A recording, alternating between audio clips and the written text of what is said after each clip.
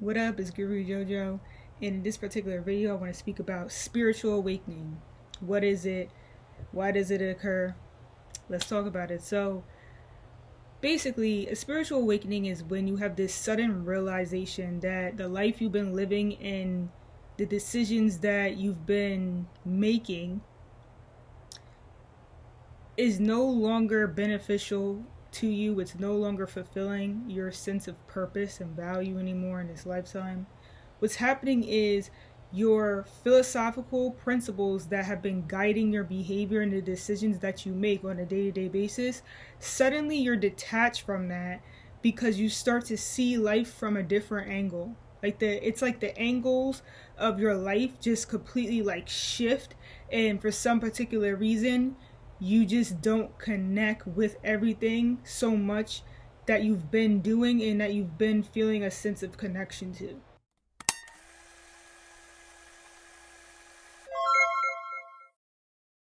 When we're born into this lifetime, right? We're born into a family, we have parental figures, and these parental figures, they subconsciously influence our philosophical beliefs. By this I mean it's not something we're cognizant of.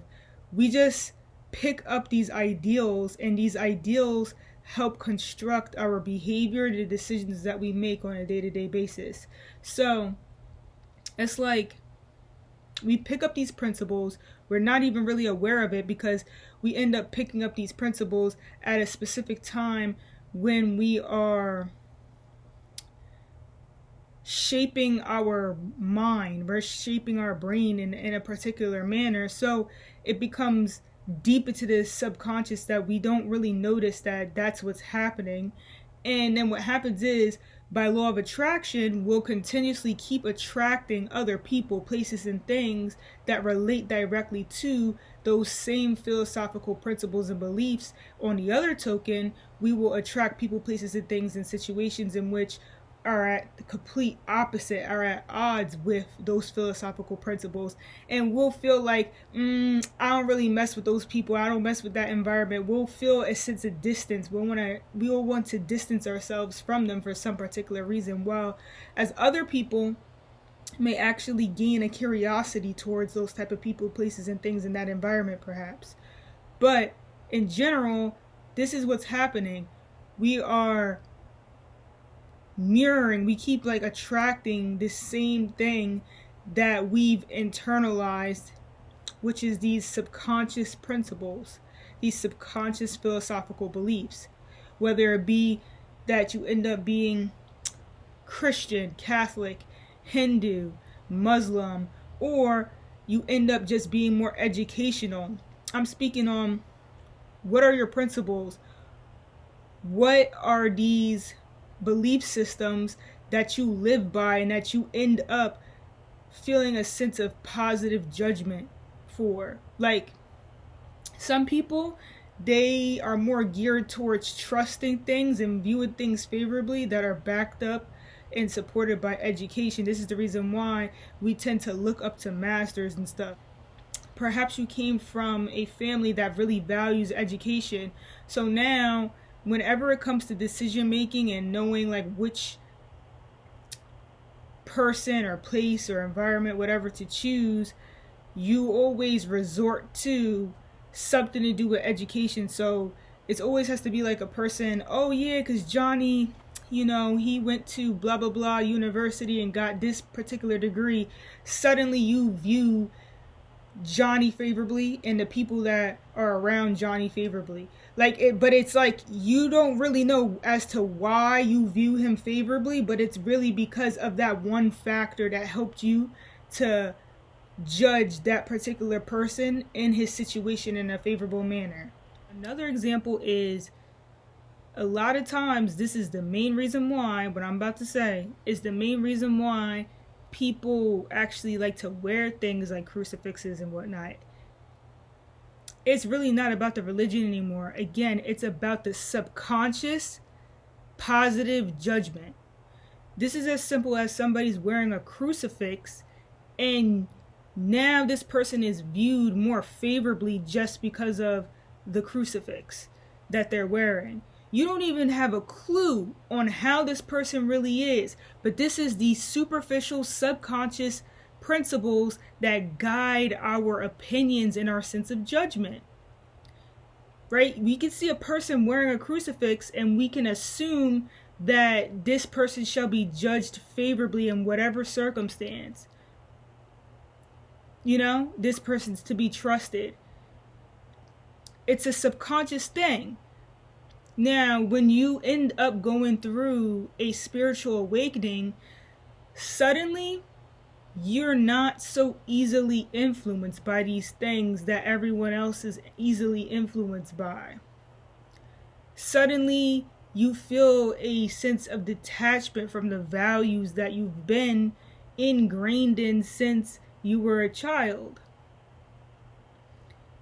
It's a weird thing because it's like happens out of nowhere. Like you could just be chilling in class and suddenly you're just like, I don't even give a shit about any of this stuff that this teacher's talking about. And this whole time, like for years, you've been just like programmed into feeling like you give a shit about this. And suddenly something happens, the third eye is activated and you just like, I don't care. You're like, I don't care about this. And you'll just be chilling in class and you're just like, I need to get out of here. You like, that's a spiritual awakening. And then you'll go through more events that are similar to that situation, but just in a different circumstance. And it's just like this continuous process of unfolding this subconscious programming. And you're just like, everything's like, I need to find my true purpose all of a sudden. You're just like, I don't care about any of this stuff. And that's what happens. You start to feel a strong need to tune back in with the self, and you start to care less about approval. Think about it. In this lifetime, we're constantly seeking the need for approval. We all do this subconsciously. We're constantly looking for approval. We do things in hopes that other people are going to like, appreciate, or somehow give back to our ego in some way.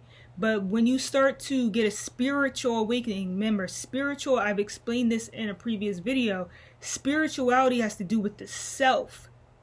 The opposite of the self is others. When you're trying to form relationships and whatnot, you start to add weight to yourself. This is the reason why once you start to get involved in relationships, what do they say? When you're starting to actually like someone on a more romantic level, what are you doing? You're falling in love, right? Because you're descending. Once you start to connect with others, you are essentially descending from the spirit in a sense. Now, some people's spiritual purpose is to connect with others, but it's like, I don't want people to think like what I'm saying means like, oh my gosh, I can't be in relationships. No, in this lifetime, you are supposed to be able to relate with others. We're trying to balance that out. We're trying to balance out our spirit with our ability to connect with others, because at the end of the day, we were brought down here. So we are already descended. So naturally, we have no choice but to connect with the external resources available to us, which is anything outside of ourself. There's a difference between just connecting with others for the purpose of things like approval versus connecting with your true self. Because at the end of the day, you're supposed to attract people that you are in tuned with. By law of attraction, you will attract who you're supposed to be connecting with, and you will attract who you're not supposed to be connecting with. This life is like a test. That's why everything is like judgment day and stuff. Did you make the proper judgments? Were you too subconsciously influenced? All right, some people have to go through a more tough process, and others just kind of stay programmed and it just doesn't matter, I guess. Like, you know, but a lot of people that end up going through a spiritual awakening, there's a need to really understand that's what you're going through and start to wake up and make proper decisions and be more aware of your sense of judgment. Because it's the weirdest thing when you're a spiritual person, but you're still being guided by your old philosophical principles. So you can start to attract false leaders, false prophets, people that look the part but act completely different in the dark. And you don't want to be guided by those demons, you know? And so right now, as a lot of people are undergoing the spiritual awakening process, you may just notice that you're experiencing situations where you're detached from conversations with your friends and family, and you're daydreaming and spacing out because you're not interested anymore. Like, there's no longer an interest in these things because you've outgrown them. And that's a good thing. Your spirit is growing and you're more so connecting back with your purpose. And when you connect back with your purpose, this is when you meet many great opportunities. But you have to accept that challenge, you know? But it's crazy the way the spiritual awakening process works. I use the classroom example, but I want to use a more in-depth example. So this is like you decide to go to a county fair or a township fair with a couple of your friends, and at this fair there's like these venue tables, right? And there's these rides and stuff, and you guys go to all these different venue tables and whatnot, and then at the very end of the fair you feel a sense of dissatisfaction, and you can't really figure out why, or you just feel a sense of unfulfillment, and you're like, wait, I didn't go to this Scientology table or something like that, venue table. And you're trying to figure out why you didn't go, because you had the pamphlet, you had it like circled or underlined, or at least you had it like that in mind, and you knew you wanted to go to that table. Why didn't you go? And you go back and think, and you're like, okay, I remember we went to this table, that table, that table, and you realize that you only ended up going to the tables that you were triggered by from your friends' excitement and stuff. So like your friends went to like the Hannah Montana table or something. Like, I don't know, like I have no problem with Hannah Montana, it's just like a random thought. So like, let's say there was a Hannah Montana venue table and you're thinking to yourself like, I don't even really like Hannah Montana that much. Why did I even go to that table? And you're trying to like figure out and process like, why did you make these decisions that you didn't even like care about? Like, you realize that you were under like a trance, that you were almost being like mind controlled. And you're like, I saw the Scientology table, but I did not stop at it because there wasn't like enough people there. Or you're like, your friends were more excited about the Hannah Montana table, so you skipped the Scientology table at the time. And now you're just pissed off. And now you're like blaming your friends and stuff, when it's really like, no, you were not subconsciously aware of the decision making that you were being guided by at the time. This is a subconscious thing.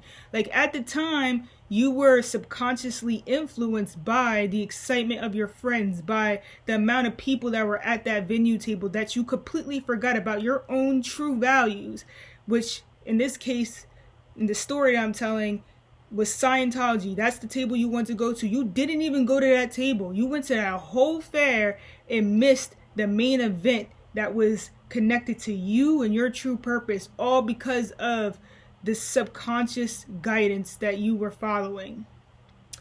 You see what I'm saying? That's like an example of, that's the start of a spiritual awakening. You will literally sit there and try to figure out, why did I do that? Like, I didn't even care about that situation. Why did I allow that to happen? And you'll have to self-undo. You'll have to like undo yourself. And suddenly you're like, I need some space. Like, I need some time away from y'all. And you're like trying to figure out, what is going on? Like, why am I doing this? Like, and then you start to think like, if I would have went with this person and this person, I wouldn't have skipped the Scientology table. And then suddenly this is when you start to like want to connect back with your spirit, with yourself, your own intentions and motives, because you realize that you've been guided too much by others, right? And others caused you to miss your own opportunities. Like, you ended up missing out on what you truly value based upon what you allowed others to influence. You see? That's a spiritual awakening. That's like one part of a spiritual awakening. And then what will happen is you'll go through more events that are similar to this, like perhaps the classroom event where you're just in class and you're just suddenly like, I don't even care about this subject. This is just something that I've been listening to and, following because my parents wanted me to do this. And suddenly you realize you don't even want to do this and you're like unhappy. And then you'll have another situation where you're doing something again that you never even really wanted to do, but you just agreed upon subconsciously. You just went along with it. You were following the stream too much. And then suddenly you just have a full-blown like spiritual awakening. You'll just wake up one day and you're just like, I'm going to do this, this, and that. And anything that you've been trying to maintain that you've been only doing because of, again, the subconscious philosophical principles that you've been living by, it's like your energy doesn't really care about it that much anymore. You're not really interested in partaking in that stuff anymore, to the point that what you don't notice is your energy is not sustaining it anymore. So it starts to sort of like break down slowly because it's not strong enough. Like you don't have enough passion to keep it up anymore. And this could be because you're drifting away into other interests, or this could be just because you're just not sustaining the energy, like you're not attending to it enough. So the energy, it's difficult for it to hold up. And this is where the tower starts coming down. This is where things just are not strong enough to keep because your energy is not passionate enough. It's not assertive enough. It doesn't have enough strength to sustain the current structure. And that structure begins to fall apart because it's not being nurtured, and it's not being nurtured enough, So this is what happens during the spiritual awakening process, and you'll notice yourself just detaching more so and more so from that energy. Because imagine you low-key see it kind of not keeping together, and this just makes you further detached from it because it's like it's subconscious. Like you see it and you're just like, and so then you begin to drift into other things, but then you're like, oh, you gotta keep that together. So then you start to move and try to keep that energy together while having new interests at the same time because you're a little bit more woke now. Your third eye spinning, you're woke, and you're trying to do the things connected to your woke energy, your third eye, your spiritual self. But then you're like, oh snap, like I still gotta maintain this old outdated energy. No, you don't. But at the same time, you don't want to just completely drop it. So you should kind of try to like slowly ease your way out of whatever it is that you're no longer interested in, that's no longer serving you. But at the same time, I think it's like most important to really just connect back with the self and your true intentions and your true purpose. And don't be so influenced by those superficial values anymore. What happens during a spiritual awakening is that your spirit, your soul purpose wants to connect back with deeper things. It wants to connect back with things that are more aligned with your soul true purpose, rather than being with the rest of the people in this world who are just like programmed under this superficial philosophical system. Nothing wrong with them. It's just that there's different people in this world and we all have different purposes. And I'm telling you, there's some people who just live under these programs and live day by day through that energy because they're not really woke. Like they're not being, it's just different. Like for some reason they just not attuned. And then there's other people who just suddenly see what's going on and they just wake up from it. And then that's when things could become difficult, because it becomes difficult to find other people who have these similar beliefs. Today I feel like it's not. I feel like a lot of people are pretty much more so connected with their spiritual self. But this is the thing is, this is what happens during a spiritual awakening. You will begin to detach from those old outdated values because it's just no longer serving you. You don't feel happy about it anymore. You may start to feel a sense of depression, and it's only because, like, you know, we've worked hard to build these structures and connect with these particular people. It becomes detrimental when suddenly you don't feel connected to that anymore. Like, that's what you built, that's what you know, and now you trying to tell me that I can't connect with that anymore, that it's outdated. Like, this ain't making me happy no more. What? This is my life. It could be scary, you know, but the thing is that you're connecting back with your spirit and your soul purpose, and once you do this, you'll be happy again, because you'll be able to connect with these new opportunities and stuff that's going to make you happy.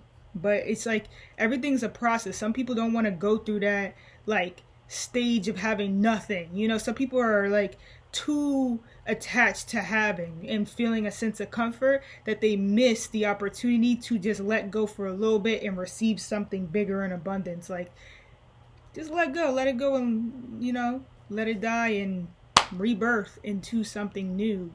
But you know, the spiritual lifestyle is difficult anyway, but you really do receive good luck out of nowhere. A lot of spiritual people, because they have that sense of lifestyle and connected to spirit, they have these unexpected opportunities that come to them. It just depends, though. It has to be real. You know, you have to feel a real sense of connection.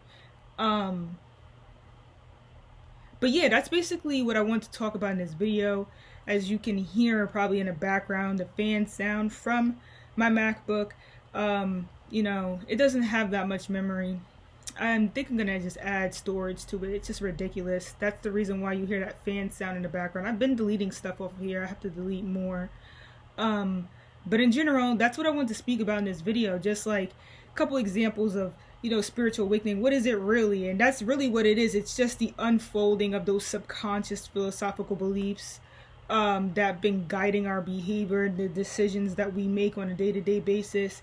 Just as simple as the stuff somebody's wearing. Like I said, the crucifix and stuff is a big thing. Even if you go inside someone's house and you see like a religious painting, suddenly most people, right?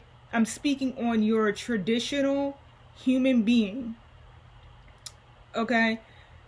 They are going to see that person in a more positive light if they have a painting up that has to do with some sort of religious ideals.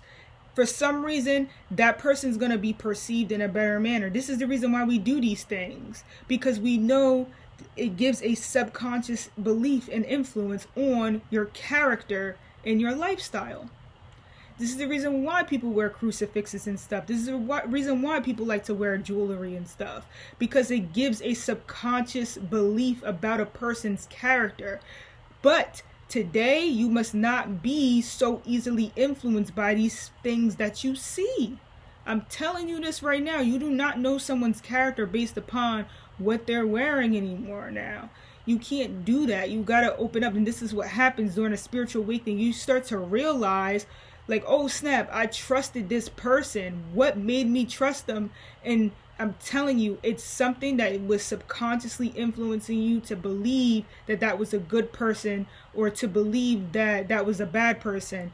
We could get mixed up. The people that look bad could be good. The people that look good could be bad, you know? And then what happens is when you become spiritually awoke, your third eye gets activated. You begin to see through things. Your third eye is like an X-ray vision. It can see through the bullshit. It can see through the material. This ain't bullshit though. This is gemstones. Not saying that gemstones are any better than anything else, but I hold really deep values. Everything that I do holds deep meaning, and I'm connected to these meanings. Whereas other people just do stuff just to look a certain way, just to look flashy, you know. At the end of the day, I have to learn to incorporate that crap, because at the end of the day, that's what people like. It's like, so me being such a spiritual person, I now have to incorporate mundane philosophical beliefs and preferences to my lifestyle in order for me to gain a sense of approval. Because at the end of the day, you could be as spiritual as you want, but there's a need for you to get a sense of approval too. Everything's about balance. You could be as spiritual as you want. You go out to try to get a loan. You go out to try to get anything. can you get that a sense of approval is very important. At the same time, that sense of approval shouldn't be the only thing that guides your ideals. You see what I'm saying? And when you start to realize that, you start to realize that this approval shit don't matter. That's that spiritual awakening that you start to have. So that's all I really want to speak about in this video. Thank you for watching. Blessings, light, and love.